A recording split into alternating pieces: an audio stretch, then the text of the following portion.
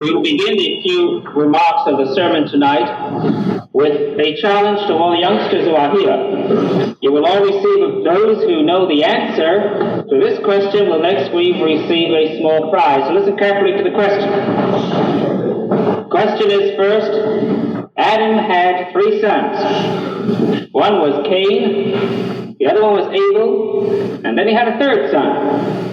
If any youngster will be able to give me the name of the 3rd son that Adam had, that's mentioned in our Bible, then you will receive a prize. You will receive 2 prizes if you'll also be able to tell me, since there are no girls mentioned, who the sons married and how. Now a few words in reference to a sermon. My dearest friends, we might call the Bible the book of God, for God does seem to hover over its prayers and over its pages. But it is no less true to call the Bible the book of man, the book which is preoccupied with the concerns of man. Indeed, one verse reads, Zeh Sefer Toldos Adam. This is the book of the generation of man. And our sages, some say it was a chassid, I have no idea who, but if it had been a chassid, a Hasidic sage, indeed is so true, he said that this one verse is the key to the entire Torah.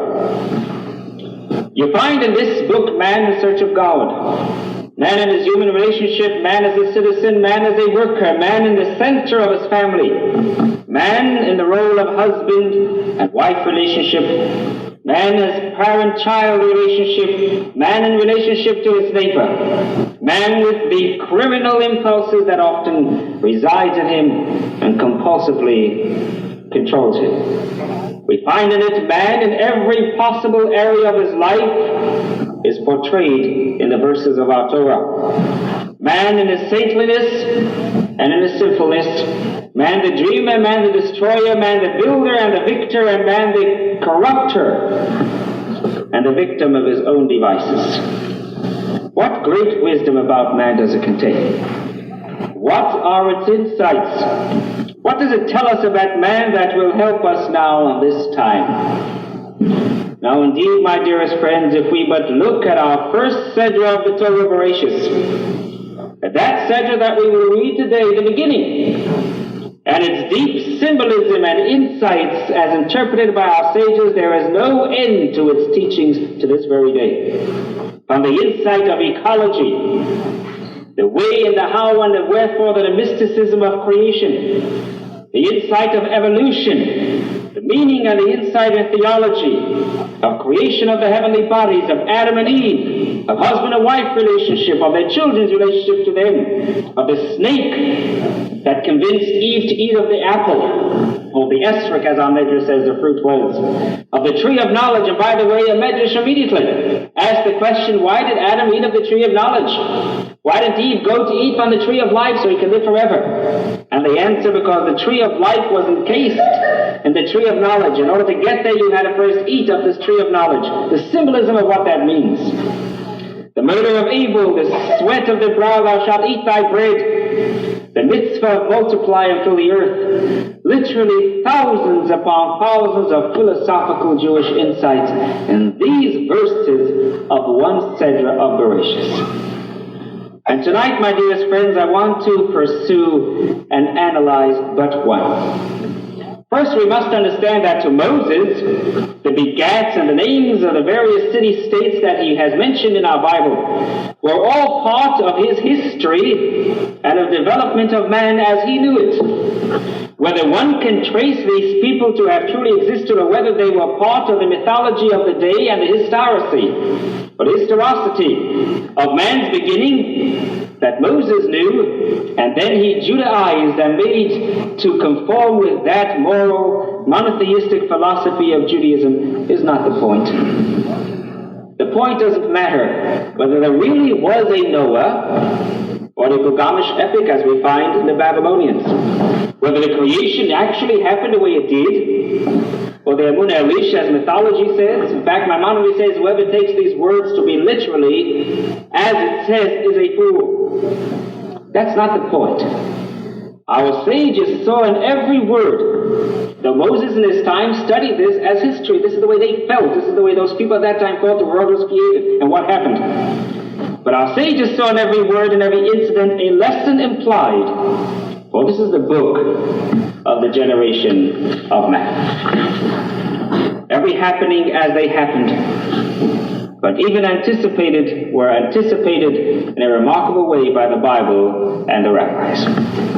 You know, my dearest friends, we talk today of the problem of the cities, of governments. So let's talk about the cities in our Torah. A city-state as it is, for at that time every city was a city-state, meaning everyone was a government as it is. What kind of government was it at that time? We find that there are 3 cities named in our Torah. One, in this very Sedra Bereshis, major city with the name. And then the other one in the story of Noah, in Parshas Noah, and the third city in the story of Abraham with Lech Lecha. Let's look at these for a moment.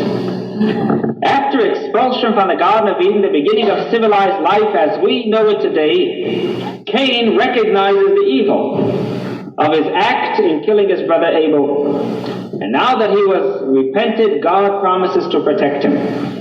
It is then that we read of the first city or city-state or government to be created, to normalize life. And the Torah reads this way: Vayeda Cain es ishto, and Cain knew his wife, Vataher vateled es Chanoch, and she gave birth to a son called Chanoch. The word Chanoch is from the Hebrew word chinuch, study, education.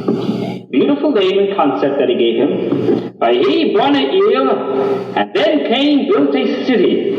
Vayikra shem eir kashem beno Chanoch, and he named this city on that concept that he wanted his son to be the same name of his son. He called the city Chanoch. The name of the first city in the Bible, Chanoch, education, an admirable goal, a wonderful concept, a beautiful ideal. How did this develop?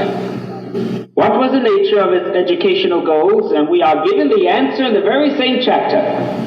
The great-grandson of Chanoch, go 200 or 300 years later, as the city is developing and growing, people are not traveling from cave to cave, but now they are sort of in a sense as a community.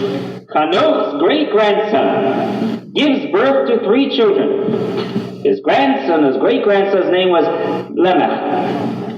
And these are the 3 children. Yuval. And our Torah says, what was Yuval? Yoshev Oel HaMikneh. He was the father of commerce. The second son, Yovel. Ish Chofesh Kino. He was the father of one who made instruments of music, or the father of culture.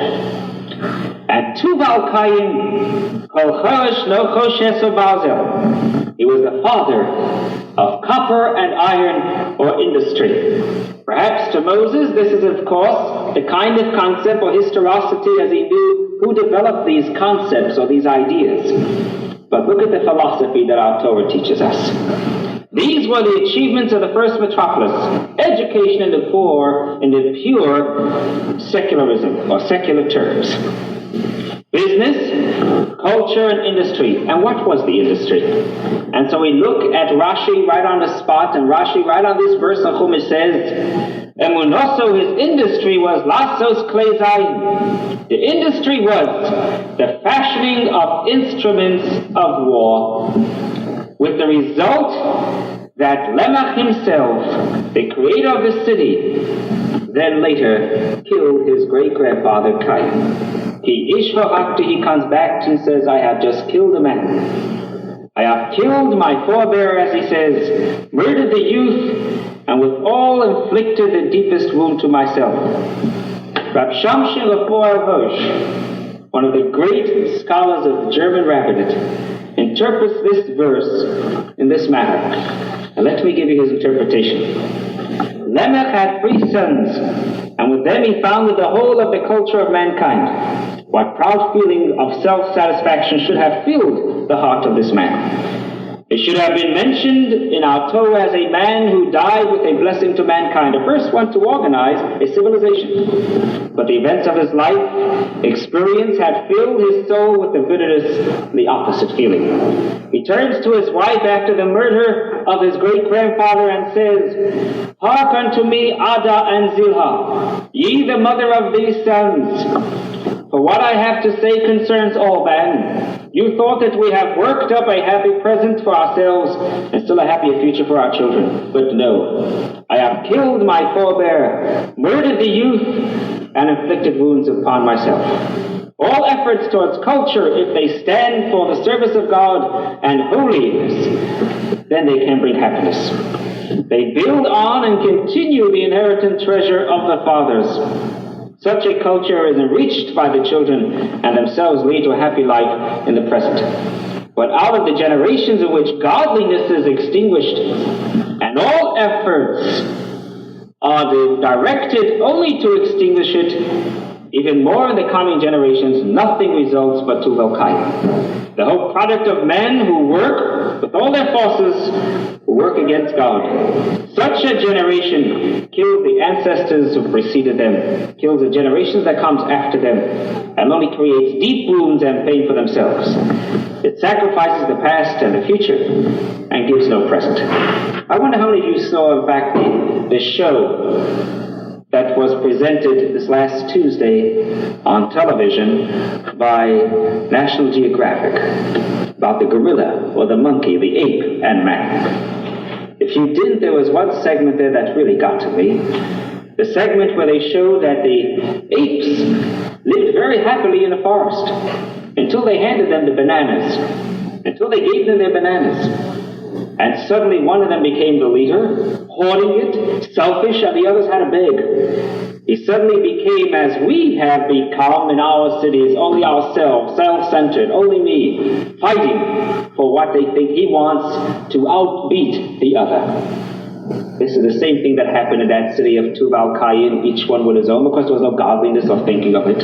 Yes, my dear friends, the culture, commerce, and industry of the city of Kanuch fashioned a technology that led to the immorality and upheaval of Noah's time. And yet, even this experience did not teach man. For the second city that our Bible reflects an even more intense, self-centered, perverse humanism. Man challenged God himself and the very laws of nature. The result? The city of Babel. Confusion. The word Babel that we get is from the word Babylonia. Confusion is the result of such a view of life. But my friends, the first reference to a meaningful purpose, a creative direction in the life of an organized society, comes with the mention of the third major city given by man. And this is Lech Lecha. For Malki Tzedek Melech Shalem, Malki Tzedek the king of Shalem, Hotzi Lechem v'yayim v'hu kohen le'el elyon, brought forth bread and wine. And he was a priest to the God of above. He was the first to establish a city which incorporated the goal of shalom, of wholeness, of unity of man, and of peace. And Abraham went further and called this city Adonai Yehoah, God shall be seen. Asher Ye'omah v'Yomah, and Bahar Adonai Yehoah, in the mountain of God shall he be seen. Malki Tzedek Melech Yerushalayim. And Malki Tzedek was the king of Jerusalem. Peace, understanding, unity of man and God, a sense of the awesomeness and the completing nature of basic truth beyond its secular, sociological, experimental basis. All this is implied in the meaning of the city of God of Jerusalem. Today the cities of man and more are becoming a Babel, becoming cities of Chanoch in a confusion and a turmoil. We are reliving the culture of Chanoch and of Babylon. And yet the Almighty brought about the unity and the restoration of a city in this very days of turmoil, that city of peace, Yerushalayim. Maybe it's a symbolic sign to all of mankind. These three cities whose establishment and organization is mentioned in our Torah, only one remains. No one can find the city of Hanoch anymore. No one knows knows where the city of Babylon exists, but everybody knows where the city of Jerusalem exists. I end this sermon with a little article on the latest Time magazine. Ben Gurion, and what he said when they came to him for his 85th birthday. At today, Boca Ben Gurion spoke a full hour to the 2,000 Israelis who had gathered to pray and to pay him tribute. And he says, we have always been a people that resides alone, and we can only rely on ourselves and world Jewry. Our closest neighbors are our bitterest enemies, refusing to accept our existence. But Israel, he went on, has never intended to become a Hebrew Sparta. Our strength will not be determined solely by our military power and economic wealth, but by the special content of our lives and our capacity to cling to our unique heritage. Shabbos Parshas Chayesara, Tov Lamed Beis, 1971. I want to speak tonight, my dearest friends, about the meaning of life and the understanding of death. For this week's Sedra teaches us about that. How coincidental that this week's Sedra that we read tomorrow. What we are going to read tomorrow speaks to us of death and of life. Well, this very Sedra speaks of this. The wife of Abraham, Sarah, the partner with whom he faced together the problems that brought forth because of her beauty, her childlessness, her jealousy over Hagar, the Lord's promise of a son and the birth of Isaac and the binding of Isaac for the Akedah. Now this wonderful partner is gone. And we read in our Torah, Vayovo Avraham Livkosa, and Abraham came to weep over her, to mourn over her. Not only does the Sedra begin with the death of Sarah, but it ends with the death of Abraham. As it says that Abraham died, Vayovo Vayikbru Oso Yishmo Yitzchak Beno, and his sons Ishmael and Yitzchak buried him. By the way, our Medrash says Ishmael's name is mentioned before Yitzchak to tell us that Ishmael was as righteous and as holy as his brother Isaac. His sons were not, but he was. Yes, my dearest friends, the Sedra talks about death, about burial, about the concern of burial, about buying a grave. But in the middle it speaks of life. For immediately following Sarah's death, the Torah goes on, and Abraham, after burying his wife, now called Lazar his servant, and said, find a wife for my son Isaac. The Sedra speaks of death, but uses even the words of life. It does not say that Sarah died, but it begins, Vayhi Chaye Sava, and this is the life of Sarah. The Sedra, my dearest friends, is talking to us. The happenings in our community are talking to us. And please listen, dearest friends, for I speak Dvarim Shebelev, I speak words of heart. Our ancestors who wrote the Bible, unlike their neighbors in the ancient world, did not divide life into separate compartments, nor did they necessarily consider death to be the end of life. Unlike the Egyptians, our sages were not afraid to face death. They harbored no illusions about the end of the individual existence. And they knew that life is here and after death, who knows? But we do know that it ends.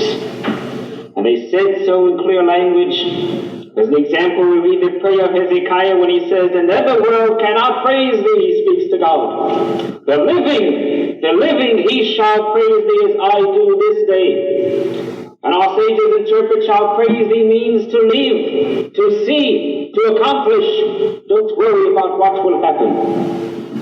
And indeed, doesn't our Psalms also read, the dead praise not the Lord. My dearest friends, the purpose of this lengthy introduction is to emphasize that one cannot have a mature attitude about life unless one has developed a mature attitude about death. And to this we add, Carly, it's later than you think. Let's begin with a question. Why is it that it takes a tragedy to wake us up? Indeed, if we ever do wake up. For example, I'm reminded of a friend of mine who during a winding road told me this story as he was driving down in Pennsylvania on a winding road at about 60 miles an hour. He came on top of a hill, and suddenly a terrible sight was visible through the windshield of his car, he told me. About 500 to 1,000 feet ahead of him, at the bottom of the hill, was an accident, a very bad one. Quite naturally, his foot immediately hit the brake. And he says he diminished his speed from 60 to 30 and then to the bottom of the hill to about 5 miles an hour. And as he passed the wrecked cars, he saw the horrible sight of a mangled body. An ambulance was treating nearby with doctors, those caring for those who were still left alive. And his reaction was a significant psychological response. He maintained a speed of 30 miles an hour for 2 minutes, then 40 miles an hour for the other 5 minutes, then 50. And before 15 minutes had passed, he told me he was back to the same breaknecking speed of 60 and 70 miles on a narrow road. Now this experience of his, I am sure, has been duplicated by each of you in the same way in our lives. It explains why we ask why it takes a tragedy to awaken us, but also if tragedies do indeed awaken us. Do we live better lives because of them? Does this negative sting of hurt punctuate our positive acts of life? I am convinced that it doesn't. And I'm also convinced that if we do not learn from these life-death experiences, then we will never really learn anything. Let me talk tachlis. Let me talk concretely. When a year goes by, it means we have 1 year less to live. Does it seem to you that a year went by already? From last year, Chayesoah, to this year? From last Hanukkah to this Hanukkah? Or as the word of the businessman, from last Christmas season to this? It's quickly. Imagine 365 days just like that, a year. What have we been doing this past year? Have we truly lived? We are often blind to life. We are blind to the possibilities of life, and we avoid the sentence of death. We all have a terrible habit. We block out those things that are unpleasant. We block out the black and those things that we don't want to think about, and how foolish and how wasteful it is. To be sure, we are blessed with the human beings, in that we are not completely clairvoyant. We do not, my dearest friends, and we cannot know all the things that will happen to us, but just because we don't know all the details doesn't mean that we don't have to be certain of certain facts. These are facts of life and death, and we don't like to talk about it. In fact, we refuse to face it. For example, if we are between 35 and 45 years of age, we have turned the corner. We cannot do what we did when we were 18 and 20 years old. If we are 55 to 60 years old, we are in middle years of adulthood, of what we call the beginning of the golden age. These are good years. They could be loving years. They could be years when we slow down a bit, gain a mature perspective, fulfill life's goal. In ethics of our fathers, we are taught ben shishim lechachma.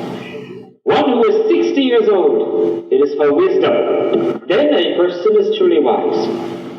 And then from 70, we have a splendid prospect of living gracefully and joyously. When a year flies by, you can't get it back.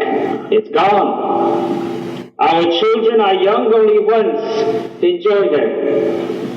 Do things with them. Help them grow up. They grow up before you knew it. You can't get the years back when a child suddenly emerges from a baby to child to adolescence to young man and to young woman. And I'm not saying these things to be morbid, on the contrary. I want us to wake up. I want us to live life, and I am guilty of this as each and every one of you sitting here. To really and authentically, to the very marrow of our bones, feel the preciousness of life. Return to life and life's marvelous goals and possibilities. Don't rush and business and the buck and the problems, and we bring it home, and we have no time for our children, and we are aggravated. And little do we know, what a waste. What a waste. We find out sometimes too late. Each of us can live our moments, our days and our years wisely, creatively and joyfully. And I am guilty as I stand here like everybody else. And who knows if I finish the sermon and when I walk out that I don't go back to the same guilt. I hope I don't. You know, I've been attending a seminar on family life for the last 4 weeks, and it will end in 2 more weeks. Little do I realize the marriage enhancement that can come about. There are courses where a person 30 years old and 40 years old marry 10 years and 15 years to go once a week, once a month with your wife to see how you can literally enhance your wonderful life together as you grow with marriage, just like a child going to school. One of our sages said 2,000 years ago that on the day we face the heavenly tribunal, we will be given to our din v'cheshbon. Up there we will be asked. Now, do you know what God will ask you? We think God will ask, did you study Torah? Did you do mitzvahs? Did you really worship me?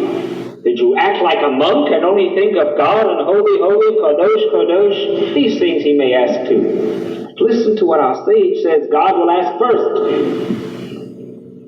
And he says, for every worldly enjoyment that you let pass by, did you go and enjoy the world you lived in? We ought to be given a din v'cheshbon. God will judge us on that. And again, no man should be deterred or discouraged from maximum idealism or self-fulfillment in life by the thought of death.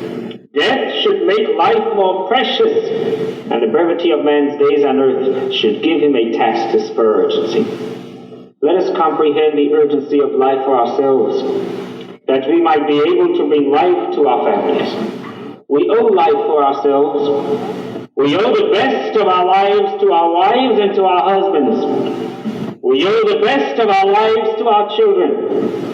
Near the end of the 5 books of Moses, near the end of our Torah, we read a sublime and powerful words in Sefer Nitzavim. There's 3 sentences before the end. And in one sentence these words say everything, and I want to say it to you. God says through Moses, this day I have called heaven and earth to witness that I place before you heaven and earth, life and death. Therefore, choose life. When Abraham died at the end of the Sedra that we read tomorrow, this is the way God ends that Sedra. By Yomos Abraham the Seva Tova Zokim. And Abraham died in a ripe old age. Hashem be'aches Abraham bakol. And God blessed Abraham with everything. There was death, but as the Sedra begins with life, it was living in between. And then he had a blessing when he died. Parshas told us, Tov Shin Lamed Beis, 1971. Since the Sedra speaks about a family life, the life of Yitzchak and Rivka, though it has its insights and its meanings and its deep interpretations and mysticism, generally, however, we speak of one's family life and relationships. For the past 6 weeks, I've been attending a clergyman's seminar on family life. To give you an example of these people who lectured for us, Dr. Mace, who is an internationally renowned authority on the family and professor of sociology and behavioral science center at Bowman Gray School of Medicine, Dr. Barbara James, who is associate professor in College of Human Resources at West Virginia University, who is, by the way, also a community psychiatrist at the University Medical School, Dr. William Eastman, who is Associate Professor of Marriage Counselor and Student Health at the Department of Psychiatry at the School of Medicine in Chapel Hill. Dr. Richard Boren, psychiatrist who was in private practice, and a Dr. Rachel mentioned, who is, by the way, from Winston-Salem, a Jewish psychiatrist and physician who specializes in marriage problems and teaches that to the medical students in the School of Medicine at Bowman Gray. And of course, our own Mr. Harold Needle from the Family Counseling and Relationship here in Greensboro, etc., a few others as well. And so let me just take a few moments to at least give a short, very short resume of what we found, the trends, the change of family life today. And I think as we do this, you will picture the mirror and say, this is true. There's no answer to these problems, but at least we can touch and see this is what the problem is. First of all, when we speak of sexual revolution, or at least what we may call a change of attitude in how the culture relates towards the entire concept of sex and of marriage, etc., this, for all practical purposes, is over. At this stage, we are only mopping up from a negative, repressive position that was in existence to a positive, perhaps even permissive and encouraging attitude. We're not speaking whether it's good or bad, but this has already taken place, not only in the States, but worldwide. In other words, the old attitude that existed until recently, until this mopping up stage now, came from the influence of the church, where to speak about marriage is taboo, sex is a word that should not be even mentioned, one should even show an emotion of love or enjoyment to a partner in public and even in private. This attitude has been changed, and these are the words that Dr. Mace uses, to the new form of humanist, which is more biblical attitude towards sex. Now, I think if those who ever read the Bible, as we find indeed in the story of today, Vayeda Kayin es Ishto, and Cain knew his wife, whatever the word Vayeda means, I don't want to go into that, what our Medrash teaches of those words, from the word Kicha, taking to Kedushin, Adam and Eve. As a matter of fact, when I was a child, there was two things that I don't know why people thought it was taboo. In Talmud, I studied about how marriage is performed, how marriage is consummated, and in Talmud, I also studied about death. We have laws. We're a child of 7 years old, and I study such laws. Suppose somebody inherits so much and so much, and then one who's inherited immediately dies the next day, etc. We spoke about these things. True, my father and mother never spoke about it to me, but at least I knew what this was all about. It wasn't a taboo thing. Today, it seems three things are developing. Number one, sex is now in the open. We cannot hide it. And they let you know not to hide it. And number two, there is in fact experimentation going on, which is indeed something bad. And there is a sincere quest for meaning. This, we may say, perhaps are the good things of the new attitude. But there's also a negative aspect to this attitude, an important negative aspect. Number one, there's more pornography. And do not believe the commission that came out with their report that more pornography makes for less, for less nudity in sex. On the contrary, the more the pornography, the more the crime, the more the ambition, the Yitzhak fills you up. And number two, young people are getting hurt because of this openness. And number three, because of this openness, it is literally undermining the institute of marriage, as we know what that institute means.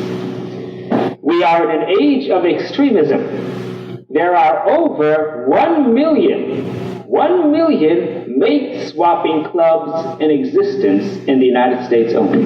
That's quite a lot. I see some smiles already on it. Over 1 million mate-swapping clubs. And though all of it may not be as bad and sensationalist as the newspaper puts it up, all these things that we read, yet there still is quite a lot. Now, what is the marriage itself? How did that institution develop in this day and age? Number one, we know in olden times, at least my father, certainly grandfathers, to them, marriage as a goal was a familial central marriage. Personal goals for love, etc. was secondary. People got married because they knew they have to have a family to bring up children, etc. And with this, that's the reason they got married. Questions of love, or all the happiness and the joys and all the things we read in books today, this never entered, I assure you, my grandfather's mind. I think we all know the Fiddler on the Roof song, "Do You Love Me?" After 25 years, they never thought of that. But today it is the reverse. Young people today imagine that marriage is the answer to all the aesthetic happiness, all the joys, all the dreams that they have, all the movies that they see, all the books that they read. I've never seen a teenager, not only with the magazine 17, which is not a bad magazine, but have you ever seen a teenager without reading Secret Romance or some Hollywood television romance or something of this kind? I don't even know its name. And they picture this as they grow older, even into their 20s. And if it doesn't work out, they want out immediately. So the marriage didn't work out, they want out. This is not what they dreamt. Today, they are more love, personal goal-seeking rather than familiar-seeking. Can you imagine something like that? It's just like somebody saying, he has all the dreams of what school will be about, and if he doesn't like the school after he gets there, I want out. It's like somebody, they joined the army because the poster said, "See the world," and all the other Gleichenglicken, and when he came to join the army, he found out it's not that, and he doesn't like it. He says, "I want to quit." It's the same thing that really young people today feel marriage. One can quit any time. And it can bring, and actually, however, one could bring about that kind of marriage of all the aesthetic happiness if one literally works on it. But it's got to be worked on. And more often it brings sorrow because of that attitude. It's also a fabulous psychological fact, which today seems to hit us strongly, unfortunately. And that fact is that the closer one is at all times, the more conflict it brings. If people are always together, completely together all the time, it is inevitable that conflict will result the more closer you are. And we seem to be living in an age today that we teach people to be close, always together. Husband and wife go together, go bowling together, go out together, go play golf together, bridge together, whatever else they do, always together. No such thing as he alone and she alone. Very rarely do you hear of separate vacations or separate goings. And as a matter of fact is that in China, he has the boys and she has the girls. In China, if someone wants to go to the movie, so I was told, he goes to the movies with the boys. She wants to go to the movies, she picks up the telephone, calls a few girls, and never husband and wife to go together to a movie. Whereby here, it's always together, husband and wife. And the more you're always together, the more you get sick and tired of each other. And if you get sick and tired of each other, fabuljit with each other, you can imagine. And then you want all this ecstatic happiness, it doesn't come about. We should also discuss marriage conflicts with other couples, not keep it taboo. At least Dr. Mace feels this way. We seem to think that Platonish speaking, one should not talk about some, simple little marriage problems. I always don't want to take out the garbage can, or my mother-in-law comes all the time. He says it's all right when couples sit together over a ping pong game or over a mahjong game, instead of discussing the rabbi, discuss your own marriage, each other's marriage. It's perfectly okay. Of course, he didn't say the rabbi. And he feels that this should be done. And it's not an embarrassment one to the other. It will indeed enhance the marriage, because you would realize, hey, these small little problems that you're talking about, I have to. One with the other. There is also, he says, unfortunately today, as Margaret Mead uses the expression, the trapped housewife syndrome. And what is this trapped housewife syndrome that we have today? And it is really a syndrome. A woman today is so educated and so free with university systems and everything else that they have. And now they get married, and suddenly they are trapped. First comes the first child, then the second, then the fifth, and then the ninth. And they sit, my sister, Kanenova, has 9 children. I have 3 sisters. One has 7. The other one 10, and the other one 9. They don't believe in watching television. They're very orthodox.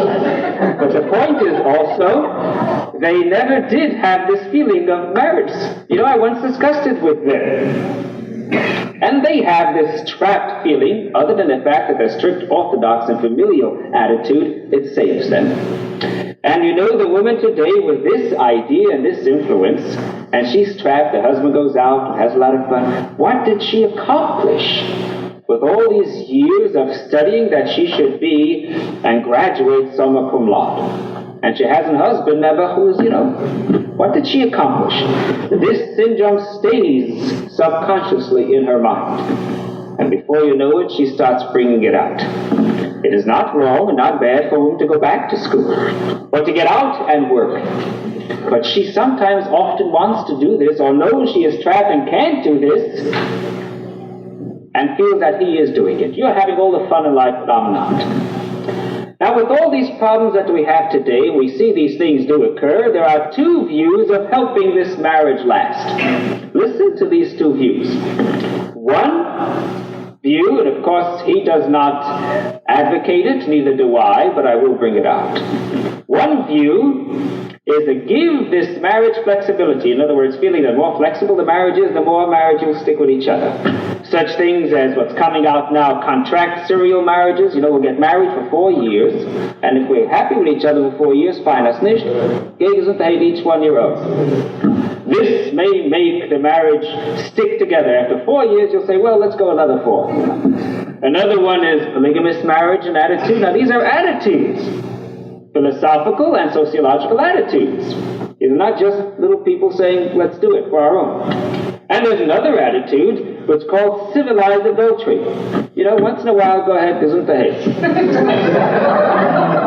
But of course, he says, this is not the right way. At least he spoke maybe to clergymen, so he said it, but I really think he feels this way. He says there's another hard view that could be taken, and that is deeper enrichment of the marriage to make the marriage today last. Look at each other to enrich your love life, and we need to be sold on it, and it could be done. We don't have to be sold on a watered-down version of marriage to keep a happy marriage. On the contrary, he says there's a program of marriage enrichment and counseling. He feels it should go on every 6 months. Rather interesting, this idea that he has, that every 6 months a person or a couple should go to some sort of a marriage counselor or some enrichment program, just like one goes to the dentist every 6 months. So every 6 months you have an appointment to go and talk each other out what you have with some sort of a marriage counselor, and even if you're happy, so that you can enrich your marriage. It's a good idea. As a matter of fact, if you think this is just talking out of his head, something like this is already going on in California. It seems to be a very progressive state over there. They are already doing these things over there. And there is, however, he says, all kinds of marriages. There are marriages of minimum involvement. They only want the barest minimum from each other. We have those kinds. You do what you, and they don't look for too much. And there's others of maximum involvement, where the wife wants so much from the husband enjoyment, and he so much from her, what all the anticipations that they've always had. And it really depends on what one wants out of marriage to the kind of marriage you could have. As a matter of fact, the higher the ideals are of marriage, the greater the divorce. And I think it's understandable. Now, what about young children? Now, here he comes and said something which is quite interesting, and I believe this to be true. He says permissivity. Being permissive, or permissivity, is not indulgence. To be permissive is okay. The trouble is, however, that parents, we feel that we are either smarter than the teenager, or we don't want to be bothered with the growing up problems that they have, so we stay away and we say, no, nicht, no, nicht. And he feels that we are now a culture that is phasing out of adolescence. Just like in the older times, in Europe, 60, 70, 80 years ago, when a boy was 13, 14, 15, there was no such thing as teenager. You were a child, and then suddenly you're out of adolescence and you are a man. And we are allowing our teens to act as adults, to phase out this adolescent things. After all, we give them cars to drive and other things. And so we feel that they have become part of a youth culture, and they should be held fully responsible as youth culture. Indeed, we are now in a society where there's an international youth culture. And therefore, his idea or his philosophy is that when your son does become a teenager, where that rebellious attitude comes along, fine. You could do what you wish. I'll be permissive. I'll put my foot down. But you will have to be responsible also.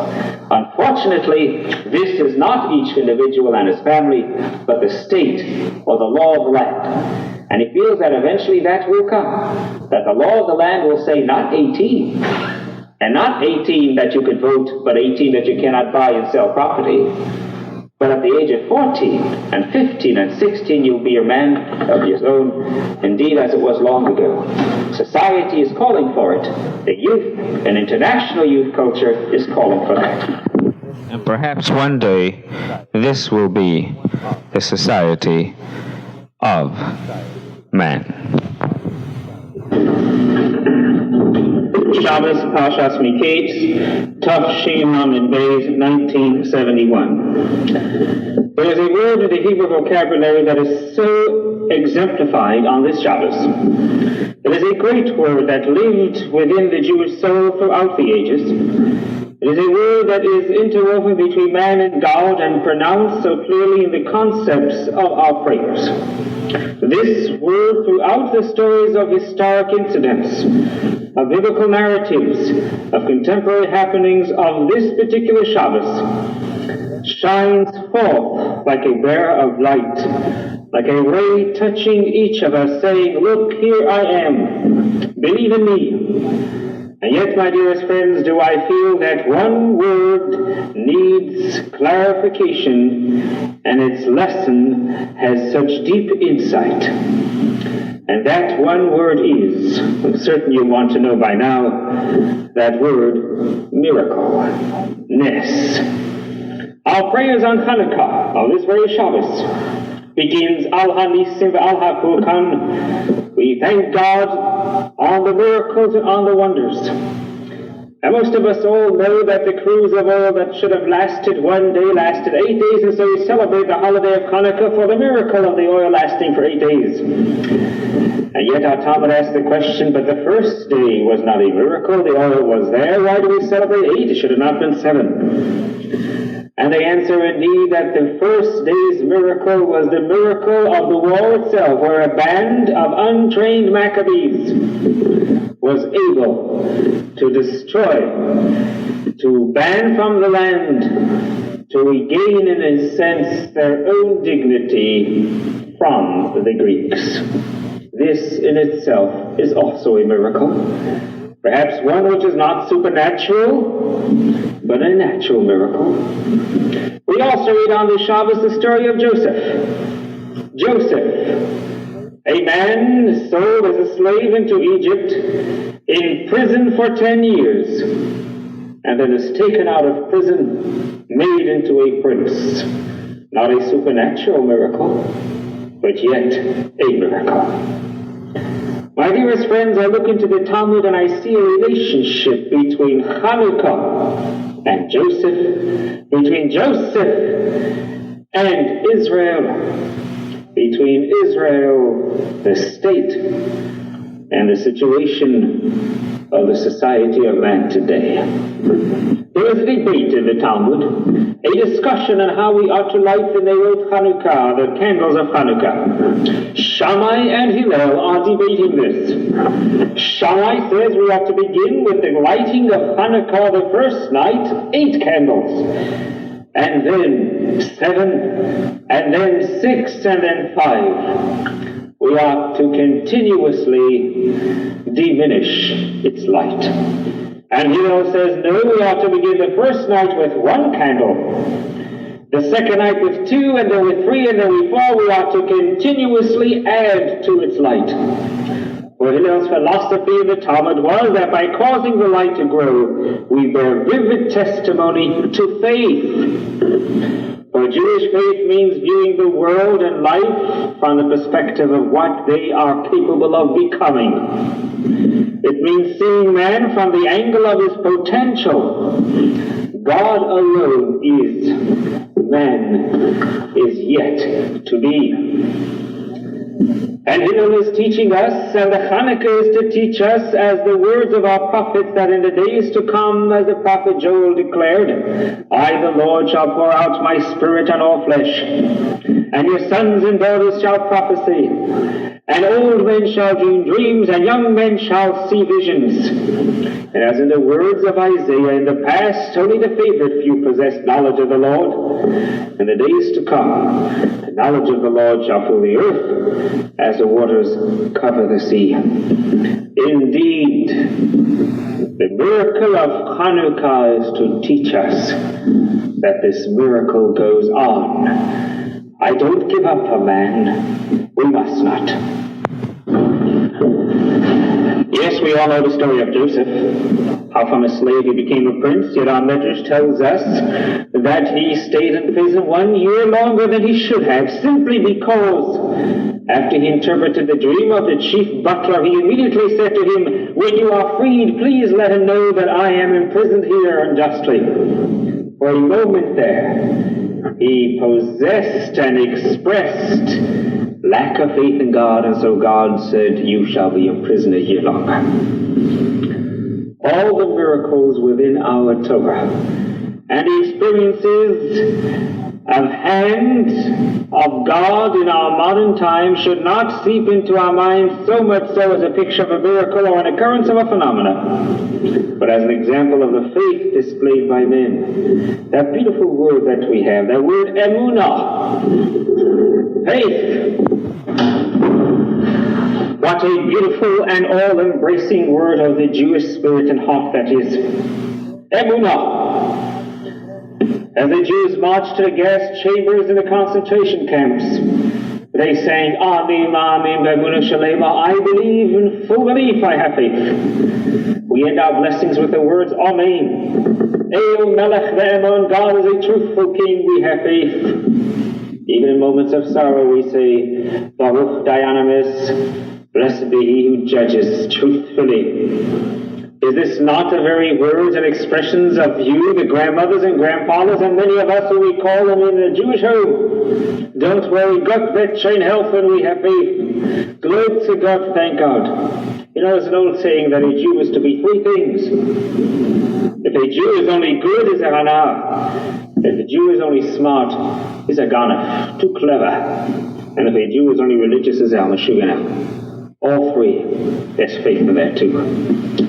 Our Medrash tells us a beautiful story, that when the Jews left Egypt and they came before the sea, and God said unto Moses, spread out thy wand, and split the sea, and let him walk into dry land. God said to him, let him run into the sea, and it'll split into dry land. But the people were afraid, until one man by the name of Nachshon ben Aminadab ran into the sea, and as the water reached his neck, then the waters split open. And our rabbis say the sea did not split merely by the fact that Moses stretched forth his hand, but because of one man who ran into the sea with faith that it would split, and the water shall not return. That's when God said, why criest thou to me? Speak unto the children of Israel that they may march. When I see my people have faith in me, then, says God, march to the new land, to Mount Sinai, to freedom. The waters have reached our necks many times, but always opened up before us because of our inborn, innate faith that God will help. Because of that spirit of Hillel, that the lights keep getting better and must get better. I recall when I was a young man, the story is told of Sholomash, that somebody who was ignorant walked into his home during the holiday of Hanukkah and noticed where he took the shamas and lit the other candles and put the shamas off on the side. Not all the candelabras were like ours, that it's in the middle or a little close to the lighting, off on the side. And this ignorant person asked him, what is this candle that you put off on the side? He said, this is the shamas. With this candle, we light the other candles. And the man said such a truism when he said to him, is this not the history of the Jew? A candle that lit so many others, and yet the world pushed it onto the side. But the next night we light the shamas again, and it lights a second candle, and a third candle, and a fourth candle. No matter how often it is pushed aside, it is there to light again. My dearest friends, it isn't because miracles happen that men have faith, but rather because men have faith that miracles become possible. Is this not Hershel who said, "If thy will it will be so"? That famous cry of the atheist, the cry of the fool who says, "Show me a miracle and I'll have faith." Fool that you are, you'll never see or understand when a miracle is right in front of your eyes. Are you sure when the atheist walks across the street and a car would miss him by an inch, he would say, "Wow, I was just lucky. Well, the driver was pretty good to miss me." But you know what happened? When I would walk on the street and the car would miss me by a fraction of an inch, believe me, I would give more charity that day. I would say it was the hand of God right there with me, faith in Him, and He performed a miracle for me. In everyday life, not only in the superficial, in the metaphysical sense, in the theological sense, but in everyday life, in the physical as well as in the business world, we see miracles every moment.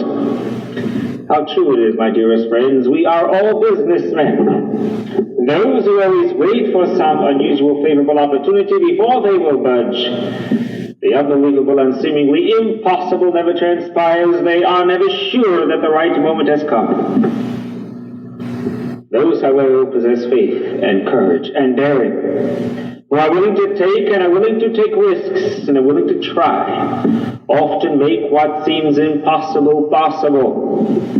They have faith, and yes, they need to put their feet into the sea, and the sea opens up before them, and they walk on dry land. I recall a poet who says it so beautifully. The world would sleep if things were run by men who say it can't be done.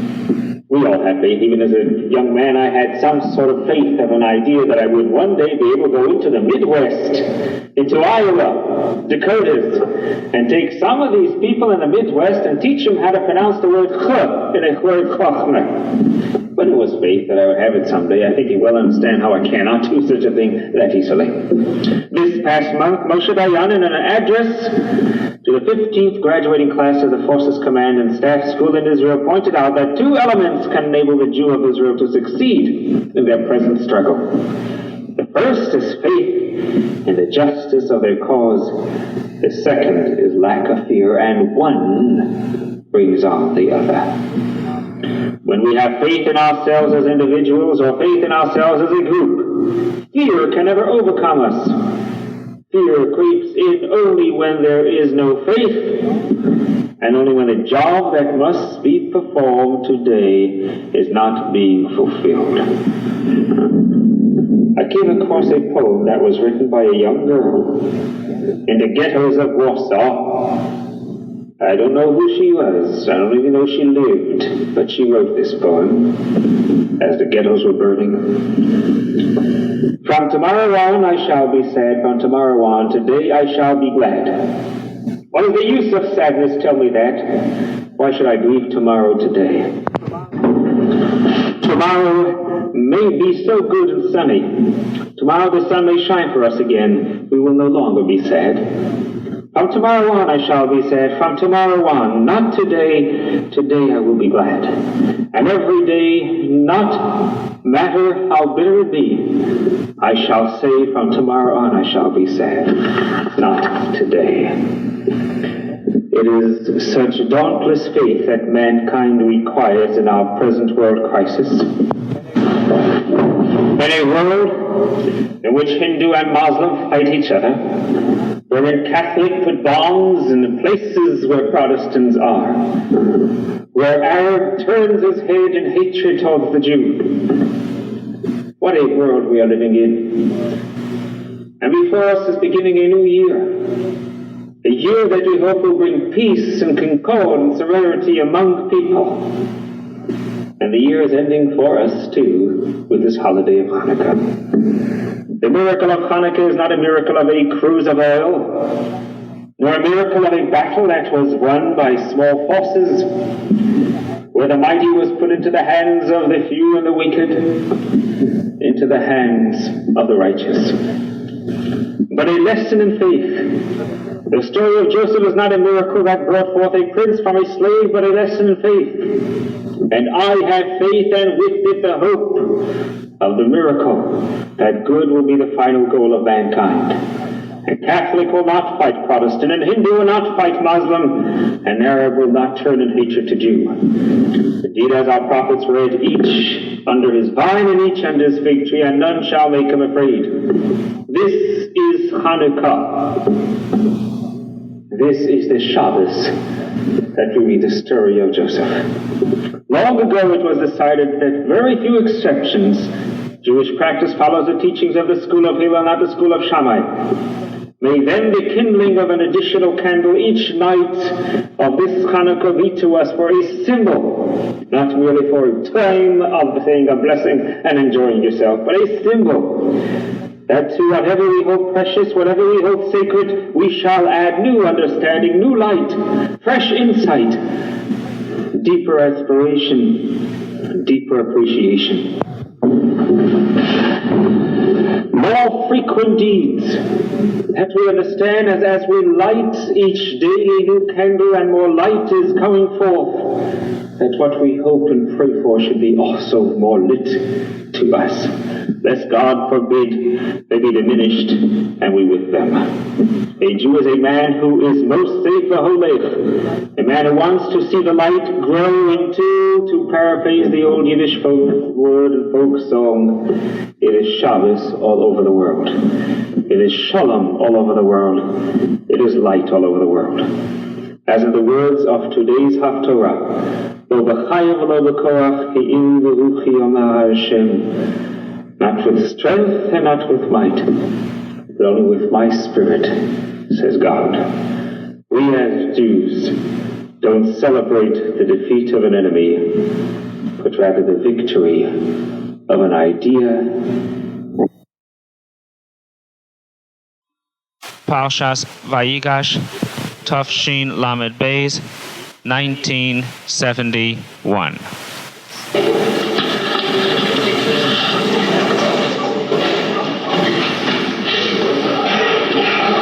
My dear friends, as we look through the Torah, the entire Bible, of course there are incidents of personal lives of people, words of affirmation by our prophets, incidents, geographical and historical, that may be a lesson for contemporary life.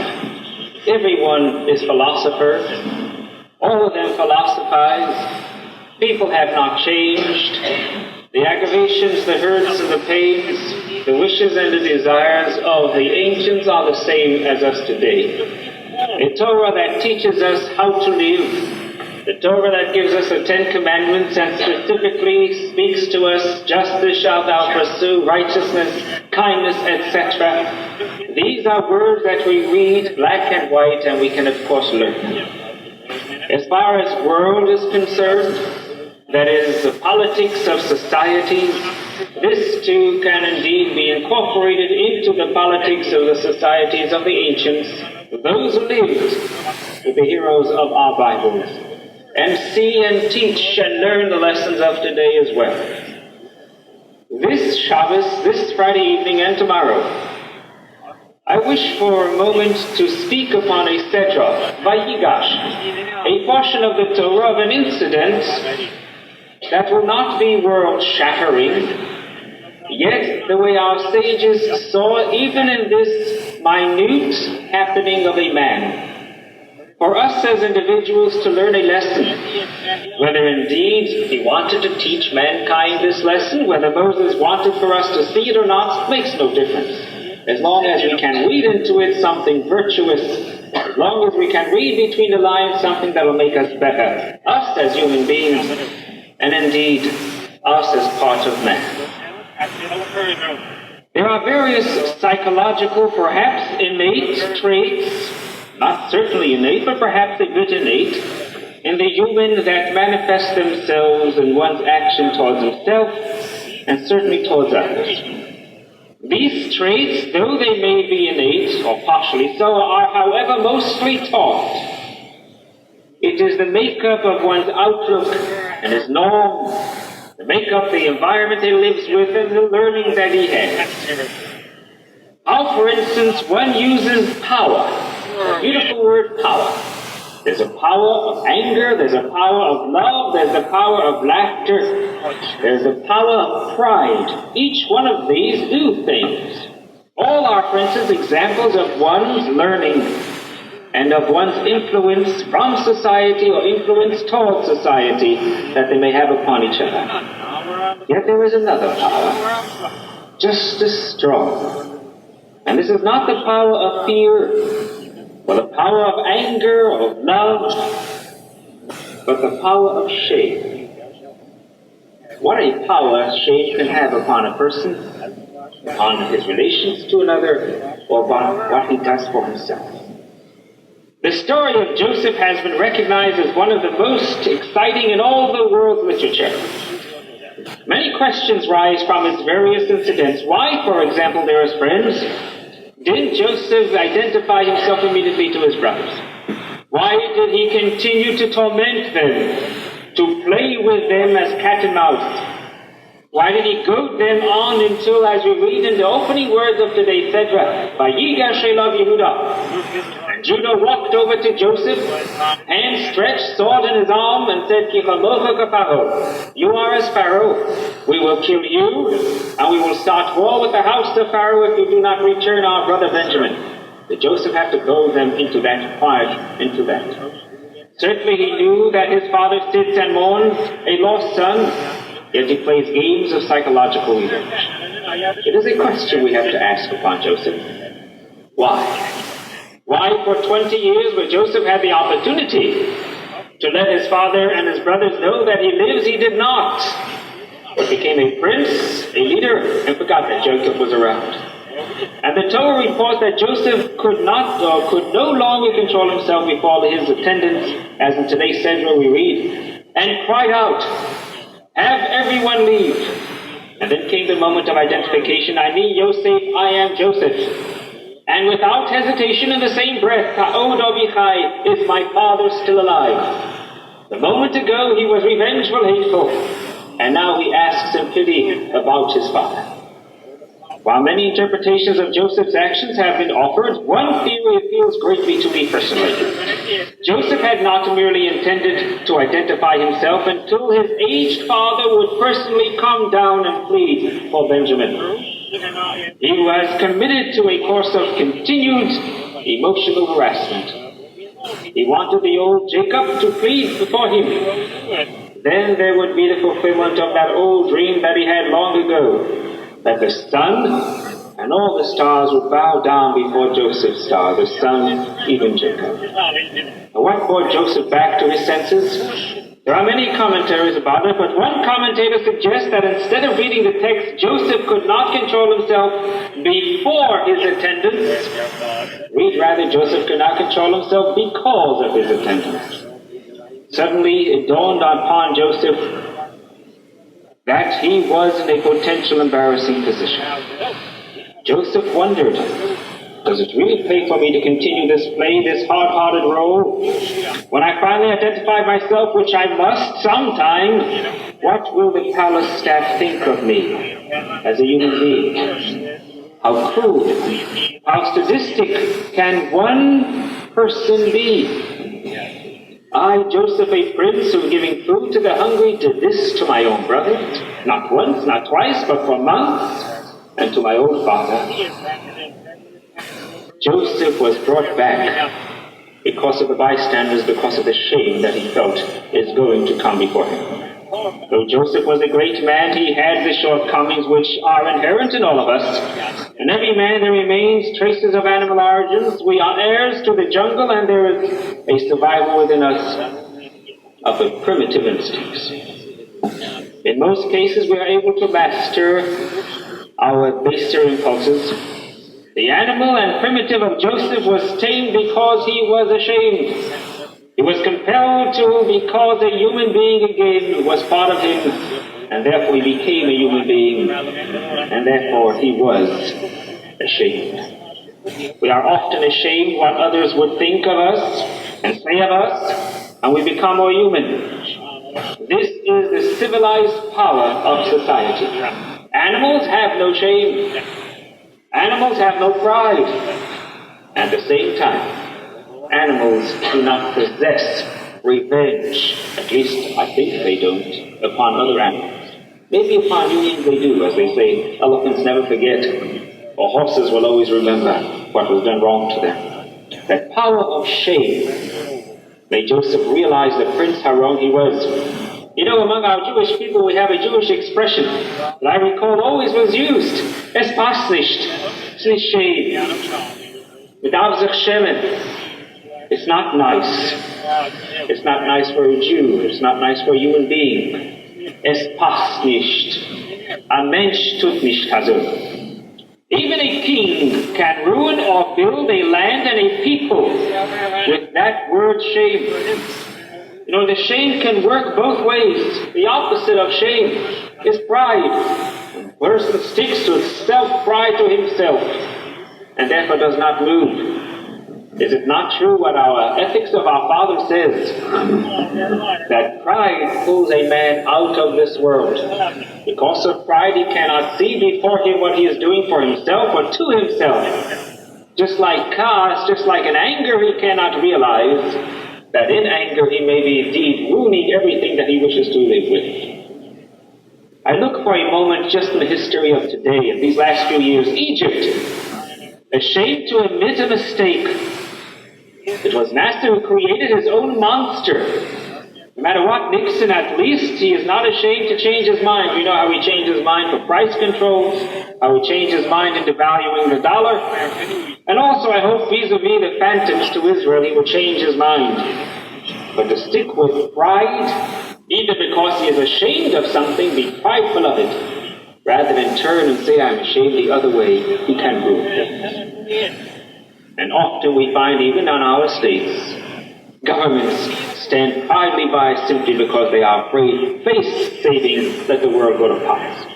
And so at times we should not have personal shame if it is a virtuous act.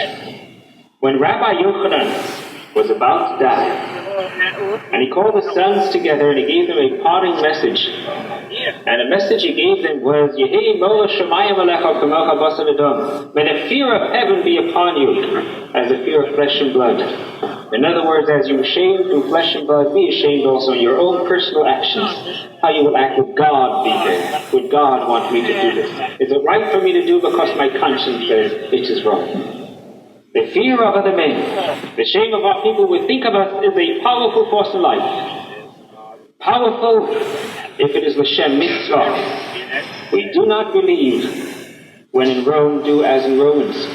We do not believe that even to do wrong, if it is a shame to do so, let's do it. Only if it is l'shem mitzvah, only if it is right, then let shame have a power.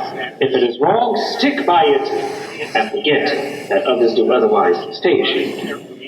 Incidentally, my dearest friends, the word tusha or shame is such a word and lifestyle of the Jew that there are actually halachas, laws of shame. If one shames a friend in public, he does not have a part of the world to come. One who is continuously ashamed cannot be a good student. One should not shame the Torah, make fun of it, or make fun of someone who is religious. If he feels this way strongly and you think it is silly, don't shame him. One should not shame one who is blind, and with this our Talmud says it means one should not make fun of someone else's handicap, or shame even thinking of it. One certainly should not call people by names that may shame him, like fatso, or chubby, or tall, or skinny, or stupid, whatever. Nicknames. We are forbidden to shame a dead person. Therefore, for instance, if a man and woman dies, it is the woman who is to be buried first, and the man next. For she, of course, should not be shamed, even in death, to wait for her burial. And many, many such laws which is not the time now to go into. And there is a second lesson aside from the shame, that shame can corrupt as well as shame can humanize. And this is a specific Jewish lesson that I want to, from this particular set. after Jacob was informed that Joseph was still alive. And by the way, our Medrash tells us, how was Jacob informed that Joseph was alive? A beautiful story tells us our Medrash. The sons were afraid that if someone would walk into the old father Jacob, who was at that time 123 years old, and say, your son Joseph did not die, he's alive, that the shock may kill him. And so our Medrash tells us that they took a little girl, one of his grandchildren, who knew how to play the violin, something like a violin, maybe something like a banjo that we have today. And she went there and started to play and started to sing, and in the middle of a word she started to sing, oh Joseph Chai, Joseph is still alive. And the old father says, Joseph is alive, you should live so, my child, also. In other words, says our Medrash, he gave her a blessing to live forever. And so when we see an old Jewish woman, I remember when I was a child, we said maybe in her, or maybe she is a reincarnation of this old woman who Jacob blessed to live forever. This is our Medrash's story, how Jacob was told of Joseph's life. But when he was told that Joseph was alive and a ruler in Egypt, he sent Judah to prepare for the family a settlement in Goshen.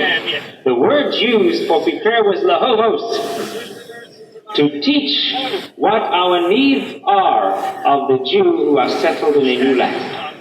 One sage says that the Judah was asked to prepare a residence for the family. And another sage said that Judah was instructed to establish a house of study for the newcomers. And both sages were right. It is merely a question of priorities. Certainly Jacob, who had a sense of realization of life, of the realities of life, and it was he who said, God, let me have bread to eat and remnant to wear. So he asked for realities, not for theological things. He was concerned that upon arrival there would be a roof over his head. But Jacob was not satisfied with a base dira alone, with a place to live. He insisted on a base Talmud Torah, a place as well to study of the Torah. That there was not at least a priority for Jewish preparation for life in a new community, both a place to live and a place to study. American Jewry was late in capturing the spirit of urgency as far as Torah study was concerned. The home had to become a secure and beautiful home to the old American Jew who first came to America in the early 30s, or the early 20s and early 10s. Even a palatial state before attention was paid to the spiritual home. The American Jewry paid a heavy price for this attitude, a lost generation then. In this generation, thank God, we have heeded the instruction of our forefathers, and a base medrash are flourishing in the United States. Jewish schools and Hebrew schools and day schools all over the United States are now becoming part and parcel of the Jewish lifestyle. Our reward will be a living and vital Judaism. Small lessons are one incident of our Torah, but I believe vital lessons. Shabbos, Parshas Shemos, Tafshin Lamed Beis, 1972. The new year had begun.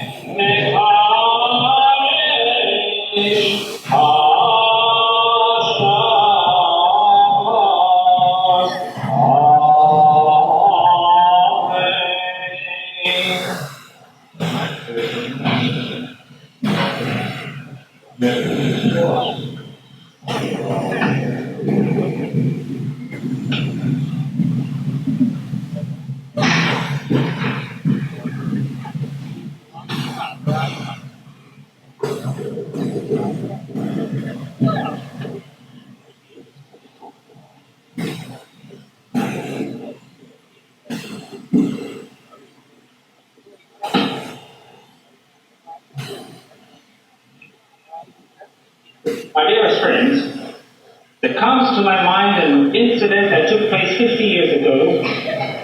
The place, a small town crowded with Jews in the old Tsarist Empire, there was gravel on the streets and some of the houses seemed to have been broken into. A few days earlier, one of the recurring assaults on the Jewish people had been made. A wild and unruly mob had raged through the streets of that little town, molested many of the inhabitants, broken windows and village houses. A boy who had just started his studies was walking hand in hand with his father in the streets of this town. He had been hidden in a cellar during the assault of the pogrom. And to this day, many years later in another land, he remembers the apprehension, the anxiety, the fear that dominated him and his family. Now the storm had subsided, the mob had gone home to its usual haunts, and the Jews had begun to come out of their hiding places and walk once again in the streets of their little town. And the little boy in a piping voice asked, Dad, when will this stop? When will we be safe? All we do know is to live with this uncertainty and terror, to be persecuted in this perpetual companion of life, to be only terror. And the father answered in words that the boy, now a man, can still hear. My son, he said, we are suffering because unfortunately the people around us are uneducated. They have not had the opportunity to study. They are not familiar with the ideas and the books. Indeed, most of them are illiterate peasants. The government keeps them that way, uninformed and uneducated, because it can then more easily manipulate them when a time will come. And what I hope is, my son, that the people may become educated, that books will become a part of every life, that every child will have an opportunity to go to school, so that the general level of understanding will be raised. The people will read. Then it is that we shall be saved. Their education will prevent them from perpetrating these savage acts. Their hearts will be refined and their minds purified by their learning. That is the greatest safety that any minority can enjoy. The man who spoke these words was a teacher. He was deeply rooted in the tradition of our people, and he knew that great emphasis is placed upon study and intellectual resources.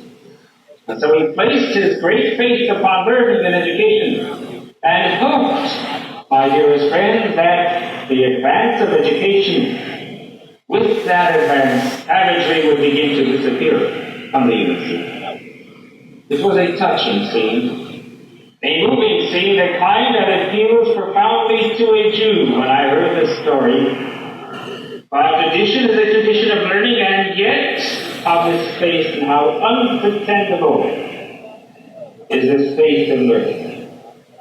My dearest friends, we have seen countries where literacy prevailed, countries in which there were higher institutions of learning, in which the general populace was afforded opportunities for instruction, for learning, for great understanding, for philosophizing. And yet there too was savagery and brutality. We thought that with the coming of literacy, there would come an end to some of those ignoble and dark events of the history of the past. The darkness of the Middle Age would be dispelled by learning and education. But if anything has been shown by the history of the last 30 years only, is that literacy does not prevent brutality, and education does not alter or deter savagery. Indeed, sometimes I think they do it in more an educational manner. I look for a moment at this Sedra that we have today. How literate for the Egyptian hierarchy, about whom we read in today's Sedra. Our Chachamim knew that it was not enough only to be literate. There is such a thing as a misused and corrupt literacy. And you know, as I read today's Sedra, it was a Sedra of rebellion.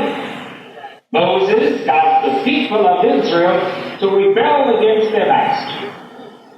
And I cannot help it on this Shabbos, when we read of Moshe, who did not want to go with the expression, God said, I am a stutterer. I cannot speak. They will not listen to me. They won't believe that I'm telling them the truth when he was trying to incite them to rebel from this savagery that they live among. And he said, Tishlach biyad hamishulach, send with someone else who could be a messenger. When I think of this rebellion, I cannot help but think of another rebellion that took place many years later. A rebellion that was made to incite others so as to fulfill some personal ambition to become a leader. And I speak of the rebellion of Korah. Who was Korah? One of the great, wealthy people who traveled with Moses in the desert. But Korah had something that Moses did not have. Moses was a stutterer. Moses, who lacked perhaps the beautiful, significant, diplomatic speech. Korah was a man who knew how to manipulate words. He knew how to use language in such a way as to seduce and beguile. He had no other weapon in organizing his mob against Moses than his tongue and a sophisticated vocabulary. He had been taught the value of the word and its sanctity. And yet it was they who fell victim to the enchantment of the words that misled. He was not speaking to ignorant people. He was speaking to the Jews who had already received a Torah. He was speaking approximately or close to 30 years later in the desert of sitting and studying, of service to God. And yet they fell victim to the word and to this beautiful, sophisticated vocabulary of Korah. My dearest friends, my purpose is to remind you that so do we, living centuries later in an age when we are engulfed by words, find ourselves in the midst of an explosion of paper and an inundation of literature. You turn a knob on the living room and it becomes flooded with verbiage. By a newspaper and a million words are placed before you. The telephone, every means of communication exposed us to the masses of words. Now the masses of people can read. We have made literacy almost universal, and yet even in such a literate society, there is danger. The words are double-edged swords. It is not enough to be literate in a day in which on every side there is a barrage of words. Picture the news of this past week. Involving only one theme of our national life. I refer not as much to the foolishness of the State Department policy. I think it was foolish, my opinion. I may be completely wrong. I don't know what went on behind locked doors, even though I did find out this week.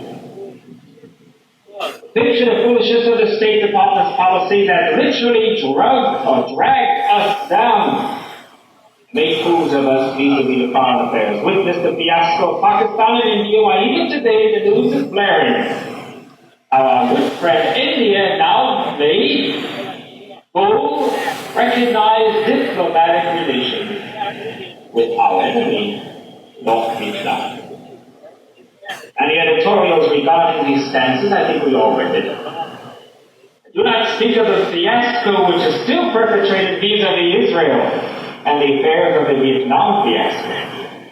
But I refer to another theme, not to the policy, but rather to the words, the truth that people have a right to know.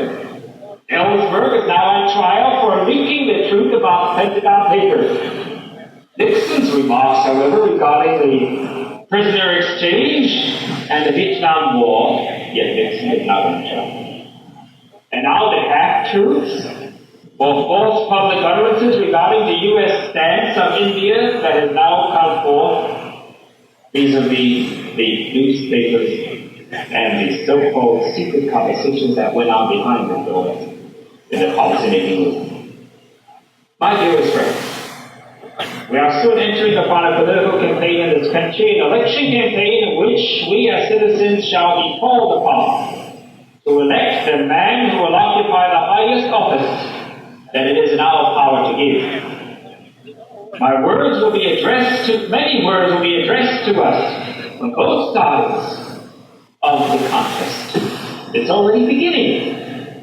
We shall be spoken in words saturated with peril and fear, and it will be addresses made that will frighten us, and our judgment will we shall not be able to hold up an idea to the bright, cold light of reason and evaluation.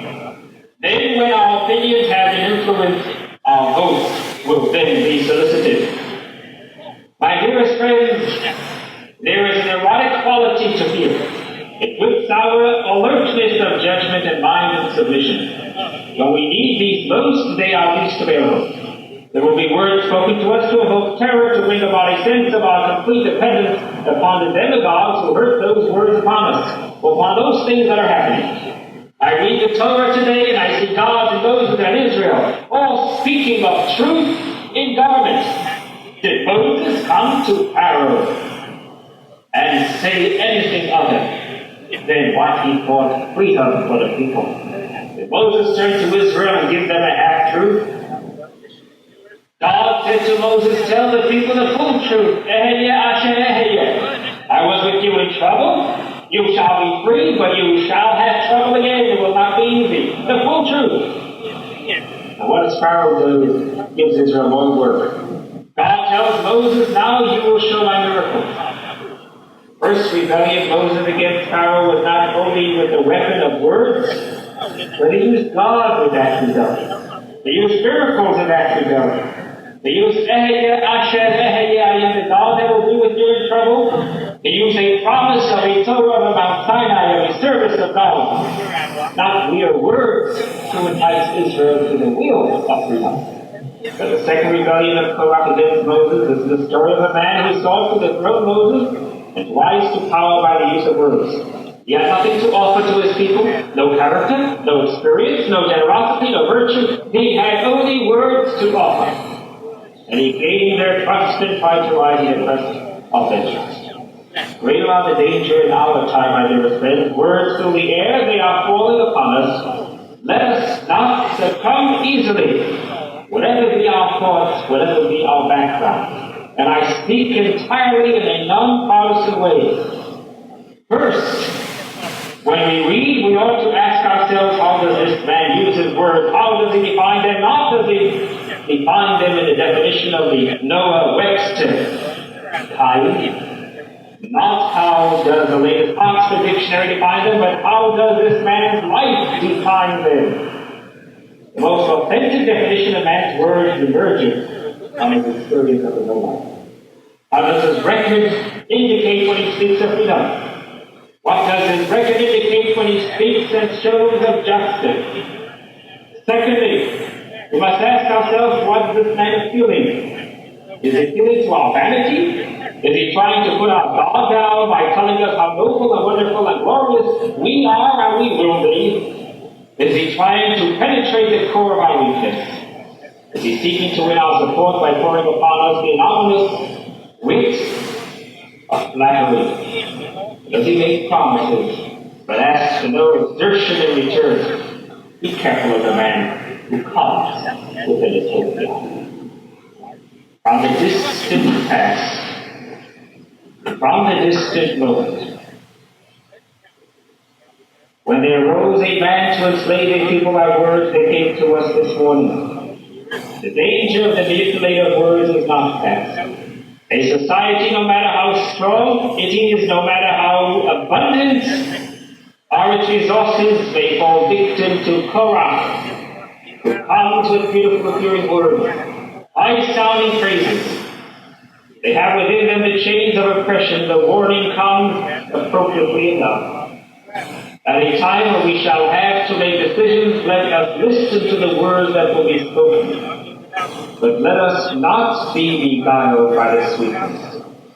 Let us not be narcissized, either by the frequency of which they are repeated. As we listen, let us emphasize and stay away. Let us probe the meaning behind the words. Let us look for the character of the speaker behind his appearances. Then the faithful day of decision comes. The American people, despite the innovation of millions of words, make their decisions with intelligence and wisdom. Let us make our decisions such that it will be so. Then perhaps, as I story at the beginning of my sermon, the world shall be literate, and with literacy the world shall have wisdom and not chaos. Shabbos Parshas Bo, Tavshin Lamed Beis, 1972. Among the plays that we read in the Torah of these last 2 weeks, there is one that our Savior says is not a play of an incident of a happening, but rather a play that describes a people, that describes a society.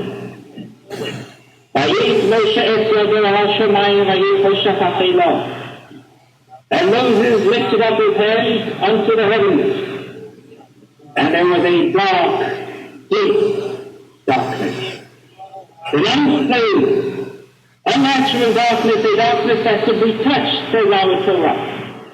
And our Medrash goes on and asks, where did it come from? This darkness came from the darkness of hell. And what is the darkness of hell, we asked it to be. And the answer it is described in Job. The darkness of hell is as a land whose light is blackness, gloom and disorder, where the light is as darkness. A remarkable definition of darkness, my dear friends. Usually darkness means the absence of light caused by the same sun, by clouded skies, by dense clouds, by covering up one's eyes. The darkness of Egypt was simply a hellish darkness, where there was light, but still the land with blackness, with gloom and disorder. The top way come over, where the light itself was a deep darkness. This was not a physical phenomenon, but a spiritual one. It is a darkness that is found where innermost world. The men's souls and minds, where the light should be, there comes forth the darkness. This is the Gehenna. This is first hell of all. And our third portion, my dear friends, describes this unnatural darkness. What was this darkness? That light that was really darkness, that our Torah described as the enslaved. This was the kind of people Egypt was, the kind of society. And our Torah described this when no man sees his brother. No one got up for his brother. That is darkness. When no man moves from his place, that is darkness. Ancient Egypt, my dear friends, was one of the first great civilizations created by man. Last Friday night, we mentioned this, so we brought this stuff here in this congregation. This was a land of dazzling light, of science, naval, of literature, architecture, beautiful cities and beautiful mountains. It was a land of monuments, a land of canals, the land of irrigation and of plenty of food. Read around into the story of civilization quotes an art historian. And he says it is even possible that Egypt offers the spectacle of the greatest civilization that has ever appeared. But the Quran also offers the description of Egyptian monuments. As these workers can take no care of their bodies and have not even a garment to hide their nakedness. Who will pity them because of the excess of their disease? For there is no relaxation at all for the sick, for the mean, for the old, or the woman's weakness. But all which blows are compelled to stick to their labor until worn out, they die in their sickness. Ancient Egypt, my dear friend, was a land of life, which civilization is built on the flat of millions of slaves. A man will alone shall suffer a land, but no one saw his fellow man. The slave was a minor. No one saw him as a brother. And therefore, no fellow Ishmael don't go and steal to help his fellow man. So it is agony. And to involve himself in the improvement of his life. As Job described it, that is as the light and the blackness, the gloom and disorder, with the light of darkness and the darkness of hell. And my dear friends, we don't have to look back to Egypt to see this. We encounter the same phase of darkness in modern Russia. The great light was kindled in Russia over half a century ago. The society is all a blameless class of society. No more exploitation of workers, no more resisting poverty and disease, and no more anti-Semitism. Russia has been the scene of brilliant economic, scientific, educational, and cultural achievement. It is a land of hellish darkness. The darkness which clouds and fills the minds, the reign of terror so aptly described by Stalin's daughter. And in the words of his own daughter, the despotic rule over all its inhabitants, filling their lives with fear and trembling, robbing them of all their basic freedom. It is a land which so close to the uphill as our neighbor says, with a light, it is dark. And I don't have to turn to Russia. Let's look at this south to our land. Haiti.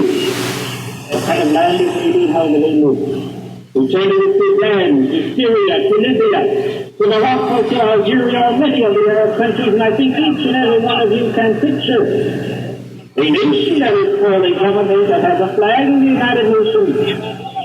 Believe that Egypt is dead. Is light, the darkness of the slaves of Egypt. But we live in a land of freedom. America is a land of life. Life par excellence. This culture brings to this city for all men. The lady with the land, I think the history of America symbolizes the light of freedom and equality which shines for all of its members. Yes, my dear friends, the clouds of darkness have been gathering on this place. Today we must describe this land as a land all the Hershel Shamsin Ba'aruga, the forces of light and of darkness are struggling to defend. There is still enough light in America to see our belief. We see and record and describe the flaws and evils of our society. And we fight unhappily.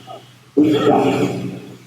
But our darkness consists of an income we speak after we do not move from our places of ease and comfort, based on the rhetoric of a pulpit, upon the truth of the speak and places in their homes over the dinner table. No one is prepared to get up and make room for his fellow man. Why? Listen to what Rabbi Akiva said to his students. They asked Rabbi Akiva, why was the temple destroyed? And Rabbi Akiva answered them, there was Torah at that time, there was study at that time, there was charity at that time. There was like those that there was service, people came, people offered sacrifices, people studied, people handed out the food of charity. With the temple was destroyed, and Rabbi Akiva said the reason for it was because they didn't stop up. There was no skin. We give charity today quite a lot. Many of us give their bundles to the goodwill, to the Salvation Army, to great shops, etc., but we do not think or imagine who wants this to go to. How they see who is buying that which you are ready to throw in yourself. They are creatures of each other, while charity is being handed out. Oh, how Rabbi Akiva then stood up with his friend Rabbi Shimon, and each one said, let's say what our entire Torah means. The wisdom of the ages that society has brought us. What is it? And when Akiva said, thou shalt love thy neighbor as thyself. Not love thy fellow Jew, thy neighbor. Love the stranger among you, one who is different. But Rabbi Shimon argued with him. Rabbi Shimon said, the theme of our entire Torah is another verse. A verse that was beginning in the book of Genesis. There told us Adam, beautiful verse. This is the book of the creation of man. In the day God created man, in the likeness of God we made him. This is the book, the five books of Moses, the prophets, the Torah. This is the book of man, not of Israel, not of Jacob, not of one society, not of this misconception that people have of the chosen people, but that they should look back. In the those long time ago, I think every child knows the story of Hillel who said, this is the story, the rest of it was commentary how to do it. Go and I was told fortunately later that the society should have darkness. The holy is for her own emotion. But all of you will have light. Will they live? All about any of darkness, you will have light. It is possible, my dear friends, for our people to keep the light burning, even amongst us. We have just to give an example of modern state of reserve. Anyone who goes there comes back with a feeling that here people are numbers, IBM numbers. But over there people are human beings. The hope that everybody is felt by everyone. Every Jew concerned about the fate of his fellow man, saw and felt the suffering of the refugees. The homeless, the victims of persecution, and made room for them. Opened wide the doors of freedom. It was difficult as it is difficult now. It is positive, not enough houses, not enough jobs, not enough food right even today. Over 40,000 refugees are expected in Israel, and there is written 500 homes a month. The family issue of everyone who gave up as they gave up their places and brought them in. How many will call it idle, going back to the old baby? What a child at that time. But someone came from Europe, a cousin, an uncle, a nephew. In your childhood home, you brought him in, stay with us, live with us, be with us. I'm sure you find your own place to get yourself settled. And please allow. A landsman, not even a relative, a relation, there's where they stay. The room was made, the floors are large. The children on the floor, they get covered. Indeed, my dear friends, they brought a meal and there was light. And this is going forward. We are first. I believe it's from parallel Israel. I had the opportunity just 2 weeks ago to read a good passage in school. And Genesis 37, Psalm chapter 1. And he keeps giving me very honestly, Rabbi, I don't see where the American Jew has that kind of emotional response to the Jewish Israel. Why? Usually happens.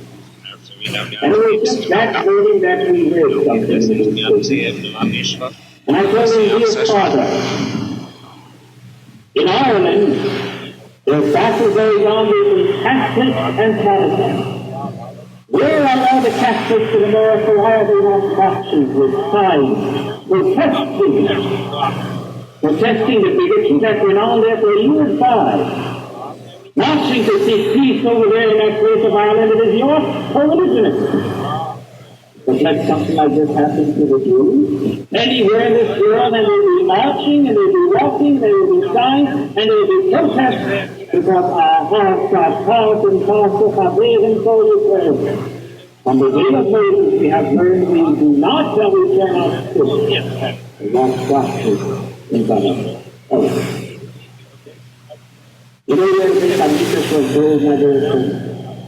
The story that I found tells me, I mentioned you again, but I want you to about this quick listen carefully to this, because I know this is where you are. The story is told that there was a plot of land and a father died and 2 brothers inherited this land. 2 brothers. One was married and had 5 children, the other was unmarried. He grew up that way, happy. He was married. And they both had this field and they both worked it, and every night they would take their grain and bring it home to their own places, to their barns, to their homes.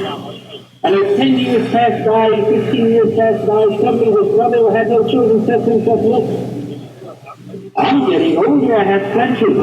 But my brother is getting older too. When he gets older, he cannot work his food up what he has. And so at night they would gather the grain. And the food, so whatever he gathered and put it on this road, and that nice quiet day he snuck out of his barn, crossed the field, went to the barn of his brother, and brought it over there. But coincidentally, the brother who had passed shame also said himself, I'm getting old, so is my brother. When I cannot serve my children shall help me, but who shall help myself now? Who alone? And so we gathered us to these to prayer, etc., put it in his wagon, and wanted to cross the sea to the barn of his brother. This went on night after night for 3-4 months. And one night, accidentally, they both slept.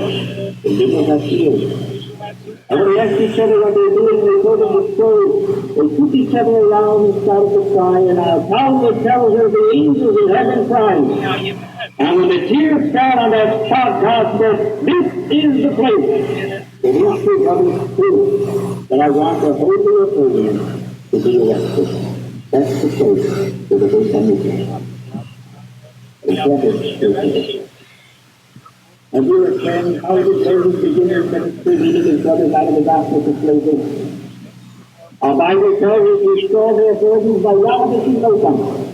He said slaves were kings. And then what did he do? By his sale of food, he went out to them. My purpose is not really to relate to you the wisdom of our Savior, but to have you see the truth that our living faith has produced mankind. It speaks to us and it speaks to your neighbor. Let us learn the wisdom, live with it, and pray that the world will. And to you, Lord, and to all young children who are listening, this very simple when Moshe the Moses was asked by Pharaoh, who's going? You want to go? You want to leave Egypt? Who's going? Moses answered, you know, they knew who to say they were. With our young and with our old. He started with the children. He didn't say our oldsters and our youngsters, but our youngsters and our old children. They first, so they may teach the others. Those are really the best. How important is this foundation and fundamental lesson of David to Pharaoh and to all the pharaohs of the truth. It will be the teaching of life and justice. And then he even added to Pharaoh, down after teaching you, they will be walking around. You too will give up sacrifices and praise. The world will one day praise and thank and bow before the lesson of truth and the moment of light of the church.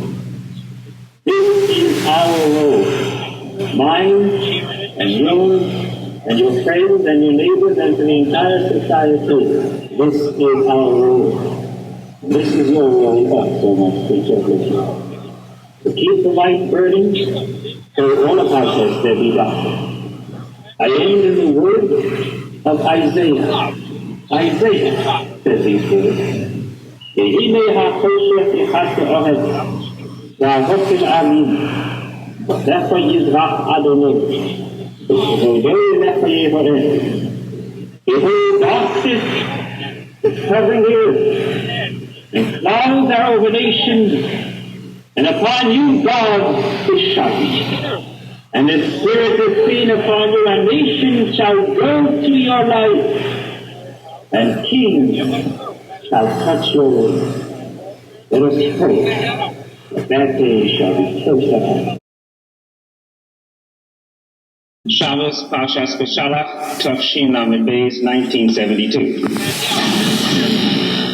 This week's Seder, Parshas Beshalach, describes the exodus of the Jewish people from the land of slavery on their way to the Promised Land.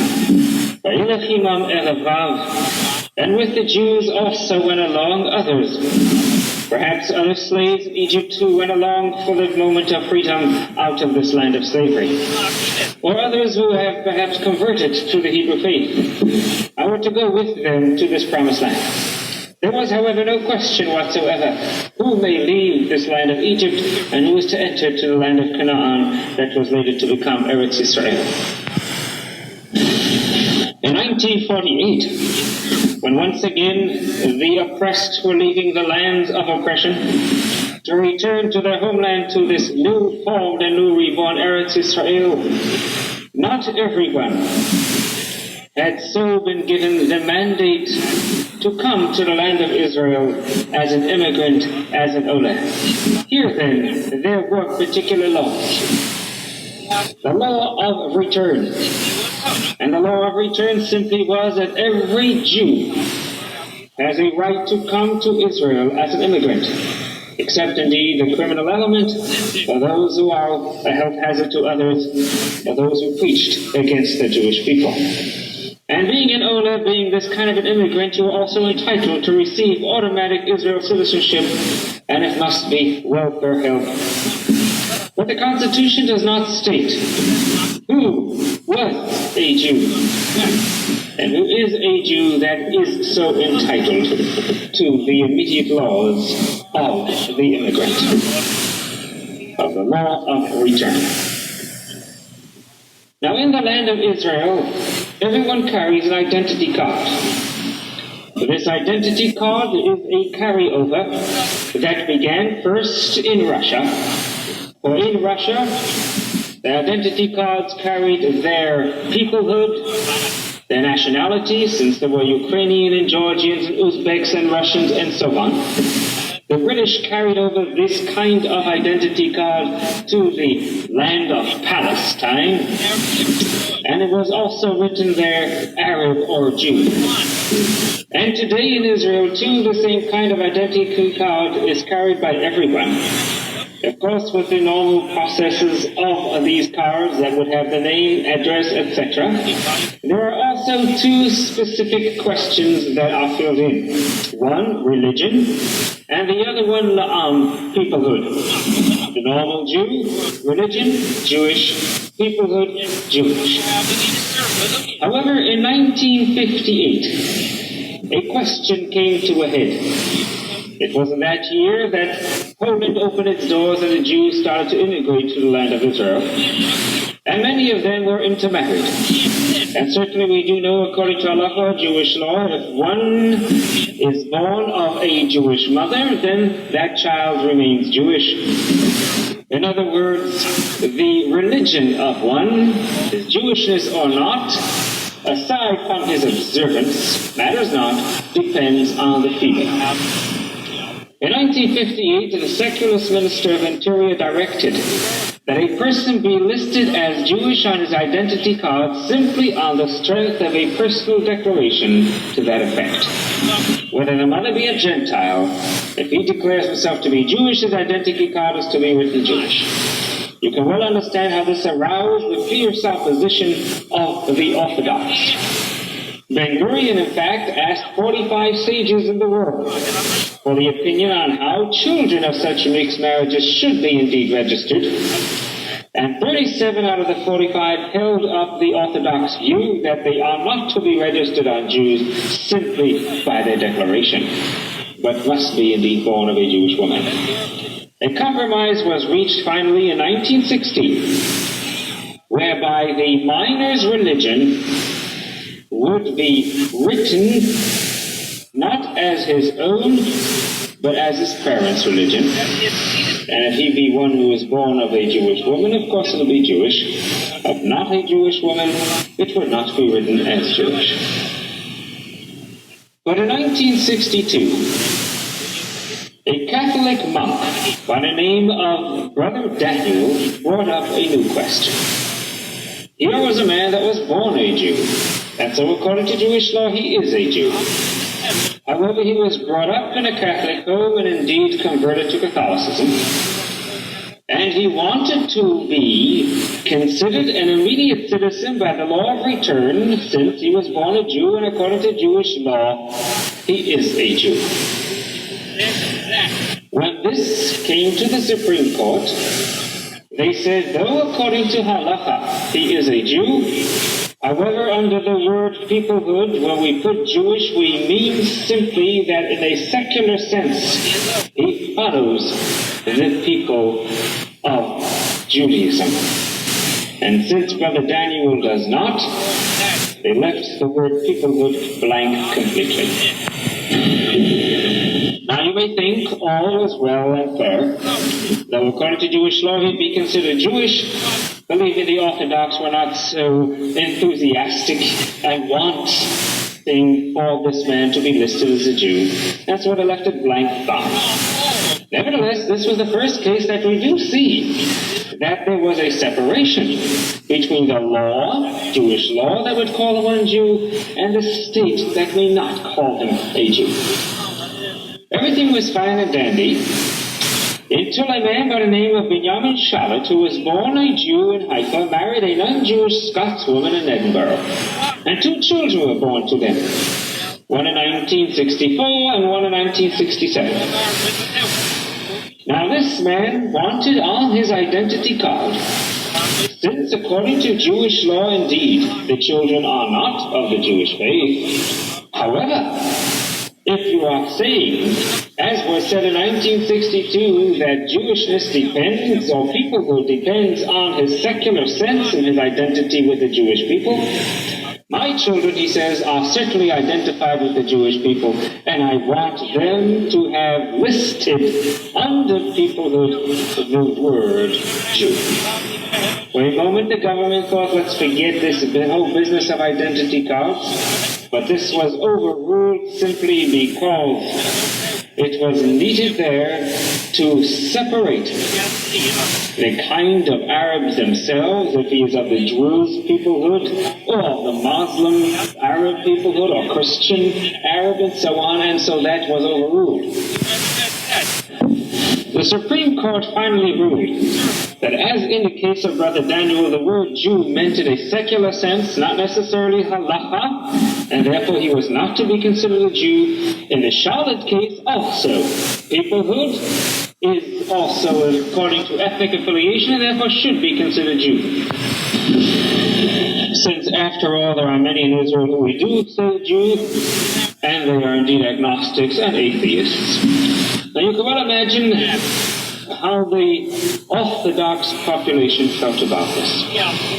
The rabbinate felt that the category of Jew divorced from the law of Jew would split the Jewish people. And in fact, so did Goldie Meir. And in Brother Daniel, if they wish, they could write him as a Jew according to the Jewish law. Why not? If you don't want to, it's nicht. If he's happy, it's fine. But we cannot make this to be the fact that others who are not born Jews to consider them Jew if their ethnic affiliations are the Jewish. The government finally submitted a workable compromise. Jew means one born by a Jewish mother or converted.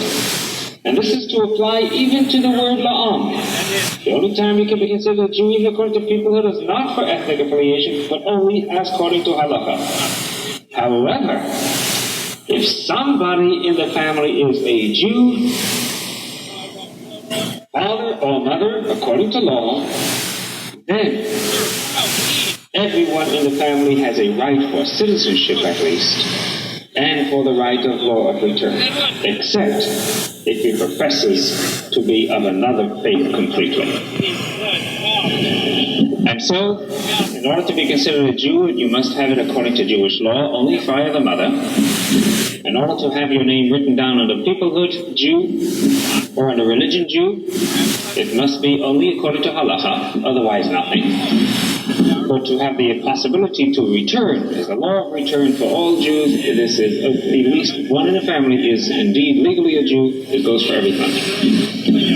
Now there's a second interesting and important phenomenon that just came about. The present Knesset legislation for the first time accepts as a Jew an immigrant who has converted to Judaism without stipulating that the conversion had to be strictly according to halacha. In other words, conversions by conservative and reform rabbis in the United States and other countries, as long as it's undertaken in good faith, may now be recognized as valid. Which, of course, now with the situation of the Russian Jews coming to Israel, is quite important, since they convert in Austria even before they leave for the land of Israel.